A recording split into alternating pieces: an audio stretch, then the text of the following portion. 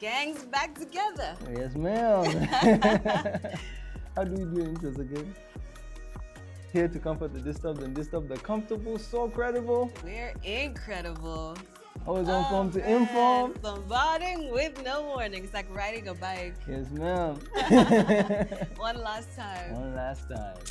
Man, that makes me sad. And today I'm just here for the bands, guys. Yeah. It's me who's going to give you the stories. And tonight we're going to be talking about the PAC on RDCs. You know what that means? No. Me either. We're also going to be talking about Parliament in transition. We're going to be talking about Uganda possibly lagging behind, as well as no more AI sermons. Imagine AI is now preaching sermons. Imagine that. Wild. All that and so much more coming up tonight, guys. Plan to kick. The Office of the President has launched investigations into the resident district commissioners over alleged voter intimidation and violence during the recent general elections. Wait a minute. Didn't the EU summon us for how the elections were conducted? They did, and it seems maybe internally they might also be trying to, get to the bottom of what happened. So basically, the Permanent Secretary Hajji Yunus Kakande revealed this while appearing before Parliament's Public Accounts Committee to respond to queries in the 2024-2025 Auditor General's report. Now, the probe now puts the conduct of the RDCs under scrutiny as questions emerge about their role in the electoral process. So it remains to be seen where they're going to find. Still shaking the tables. Still shaking the tables. And shaking the mango tree to see if mangoes are going to come out. And then that's how you get your monkey. So as we know, currently ongoing is the race for the Speaker of the 12th Parliament, which is a position that is currently being held by Honorable Anita Among, right? Now, obviously, Democratic Party President Norbert Mao is in the running, and he has called himself a transition prophet. I'm not sure what that means. What do you think it means? I mean, he's been a table shaker for a really long time. He has some really good points every single time he's trying to shake some tables. Just wait and see, Yeah, so now his bid has sparked debates about whether the next speaker could play a critical role in Uganda's political transition. Now, obviously, as this contest unfolds, attention is shifting beyond just personalities to what this parliament could mean for the country's future direction. So, let's watch this space, see what he's going to prophesy. But beyond just personalities, because all of these two have huge personalities. Wait, shush, cut. Hey, they have huge personalities. So we often talk about the digital divide in Uganda. The rate at which people have smartphones within the city is very high, but then when you move to outside parts, like in the rural areas, people are very much still using feature phones, right? So smartphone use in Uganda is still quite low, and it's standing at just 33%, which is below the regional average of 50%.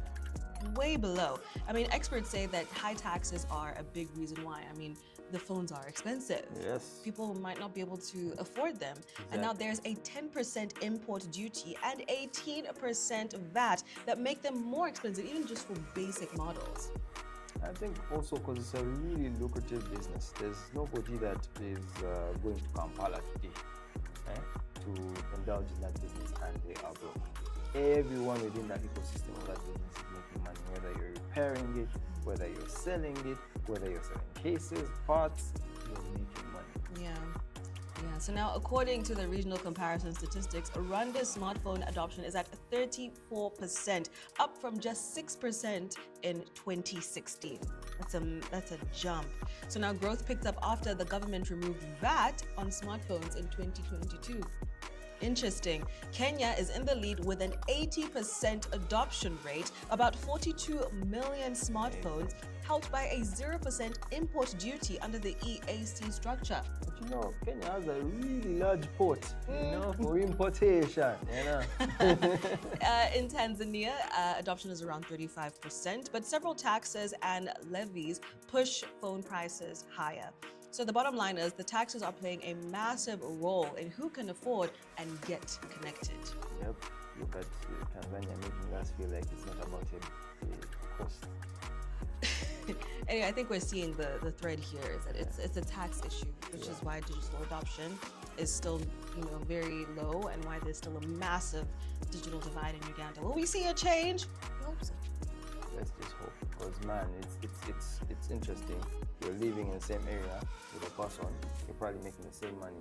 Someone has an iPhone 17 Pro Max, and the other one is on a Nokia. You know, Feature phone. proper feature phone. So it's like, you know, what are we doing? If we're supposed to serve an ecosystem of people, you know, who are within the same class, adopting the same behavioral traits and living traits, it becomes hard for a person like me who wants to sell some tech products, you know, to sell them. So I guess let's just push and wait for the digital transformation to take over the whole of Africa. So technology is really diving into all facets of human life, and faith is not one that's being left behind. We're seeing things like AI sermons. Now the Vatican has come through to draw a line between faith and technology, as Pope Leo XIV has reportedly warned priests against using artificial intelligence to write sermons, urging the clergy to keep homilies personal, prayerful, and rooted in genuine pastoral reflection. Imagine the priest saying, I can adjust this to make it simpler for the audience if you want. Add this scripture. Generate Wow. for me a sermon based on this topic. Imagine. I need to appeal to the Gen Z, so how do I? My goodness. So now obviously this concern is not just about technology itself, but about authenticity. The church leaders say sermons must come from a place of spiritual preparation and human connection, not generated text. The Pope has consistently cautioned about the risks of over-reliance on AI, especially in areas that require moral discernment and personal responsibility. Because, you know, they do confessionals, right? In the Catholic Church. It's tricky. So now imagine you're doing a confessional. Father, I have sinned, and he's typing your sin there and saying, generate advice for this person. Just has the mic on and the AI is listening, and then he has his headset on. So and he's the only one that can hear what chat is telling him, and then he's giving you the advice. Interesting. Wild. I mean, I do understand when it comes to things like faith, there needs to be something that is, you know, spiritual, and it's a very personal thing. So I get where it's coming from. Maybe just for guidelines, because sometimes they blur and we won't see quack priests. You know? But also, I mean, look, today you go to the church and even the priest or the pastor, they're not even using a Bible, they're using their phones. You know? So then how do you prohibit someone from using their phone? Because they're still going to use their phone. But I think where it should come from originally is from you as a person. Maybe using technology to clean it up, you know, maybe make it easier to digest, maybe put all your thoughts together is one thing. But you having the original thought is how it must begin. Yeah, man. And they say, man, the AI is just our employee. So at the end of the day, your touch is still there. Yeah. But I get where it's coming from. At the end of the day, the day has to end, and this is a sad day because it really is ending. Yeah. Oh, we're saying goodbye to our friend over here. Yeah, don't forget, every finish line is the beginning of a new race. So, yeah. It's been real. It's been the realest. It's been the realest. That's what it's been. Yeah. Get one last word to the people. I think I have. That's it. Yeah, every finish line is the beginning of a new race. You're gonna see me out there.